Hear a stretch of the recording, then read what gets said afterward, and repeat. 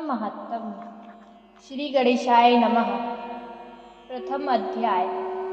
सूत जी का मुनियों से वार्तालाप। भक्तों को कल्प वृक्ष के समान फल देने वाले, वृंदावन में विनोद करने वाले वृंदावन बिहारी अद्भुत पुरुषोत्तम भगवान को नमस्कार करता हूँ। माता सरस्वती तथा जगतगुरु व्यास जी को सफलता प्राप्त करने के निमित्त प्रणाम करता हूँ। नैमिषारण्य क्षेत्र में यज्ञ करने के लिए अनेक ब्राह्मनिष्ठ और वेद पाठी ऋषिगण अपने शिष्यों सहित संसार का उपकार करने के विचार से एकत्रित हुए। ये सभी नैमिषारण्य क्षेत्र में यज्ञ शुभ कर्म करने के विचार से आए थे कि उसी स्थान पर सूत जी ने संसार सागर से पार उतारने वाले ऋषिगणों को शिष्यों सहित पाया, तो नमस्कार करके सूत जी आनंद मग्न हो गए। ऋषियों ने प्रसन्न मुख शांत सद्गुणों से युक्त परमार्थी मुनि सूत जी, जो ऊर्ध्व पुंड्र धारे, नाम मुद्रा युक्त गोपी चंदन लगाए, तुलसी की माला तथा जटाओं का मुकुट सिर पर धारे थे, नाम मंत्र का जाप करते आते देखा, तो समस्त मुनिजन एक साथ उठकर खड़े हो गए। सभी ने कहा कि हमें अनेक अद्भुत कथाओं के सुनने की इच्छा है। तो सूत जी ने कर जोड़ विनम्र हो बारंबार ऋषियों को शीश झुकाया। तब ऋषि बोले, परम भागवत सूत जी, आप चिरंजीव हो, हमारे बनाए हुए इस उत्तम आसन पर विराजिए।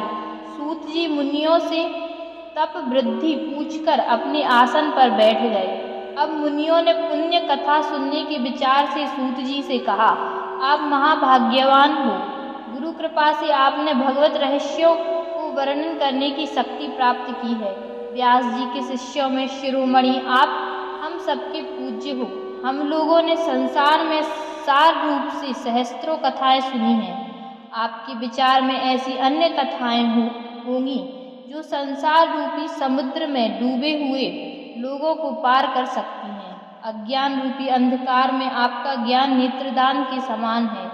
इसलिए हे सूत जी, आप इस संसार के रोगों के लिए रसायन के समान कथा सार को हमारे सन्मुख वर्णन कीजिए, जिनमें हरि लीला रस मिला हुआ है और जो परमानंद का कारण है। ऋषियों के ऐसे वचन सुनकर सूत जी हाथ जोड़कर आदर करते हुए बोले, हे मुनिजनों, आप सब मेरा सुंदर वचन सुनिए। मैं पहले पुष्कर नामक तीर्थ को गया, वहाँ स्नान कर ऋषियों और पितरों को पिंडदान किया।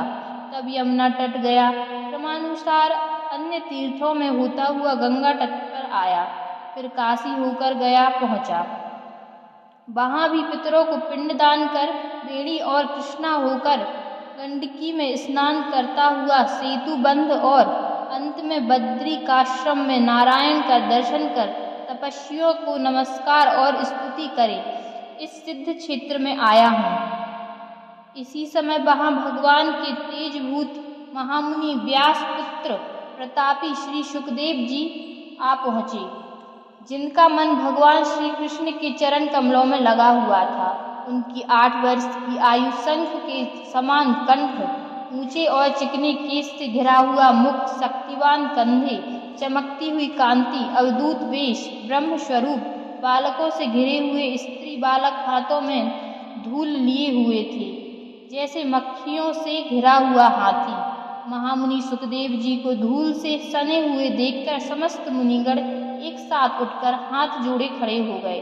तब मुनियों के बनाए कमल चक्र जैसे ऊंचे आसन पर सुखदेव जी विराजे।